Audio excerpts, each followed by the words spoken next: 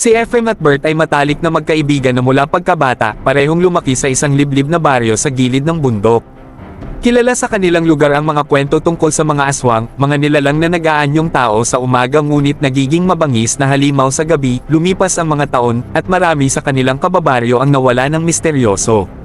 Walang makapagpaliwanag, ngunit naniniwala ang marami na aswang ang may gawa nito. Dahil sa kanilang tapang at malasakit sa kanilang bayan, napagdesisyonan ni Ephraim at Bert na hanapin at pauksain ang mga aswang na nagtatago sa paligid. Isang gabi, matapos maghanda ng kanilang mga kagamitan, bal-araw na nilublob sa langis ng niyog at asin, mga pangontra tulad ng bawang, at mga itak na may ukit ng mga dasal, nagtungo sila sa kagubatan.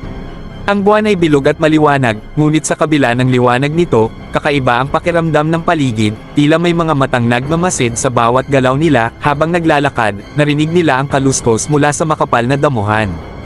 Napahinto si Ephraim at inihanda ang kanyang bal-araw.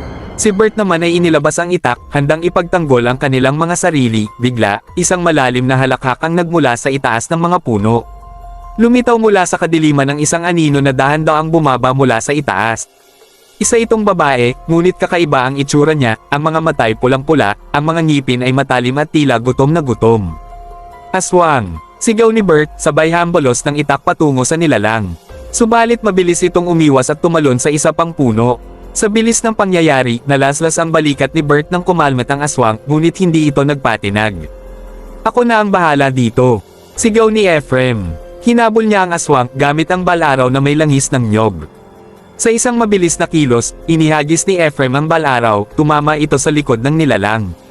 Napawungol ito ng malakas, at sa bawat sigaw nito, tila nawawala ang kapangyarihan nito. Nang makita ni Bert na bumagsak ang aswang sa lupa, agad siyang lumapit at itinulos ang itak sa dibdib ng nilalang. Mabilis itong naglaho, tila usok na nawawala sa hangin. Habol ng kanilang hininga, nagkatinginan sina Ephraim at Bert. Isa na namang aswang ang kanilang natalo, ngunit alam nilang marami pang darating.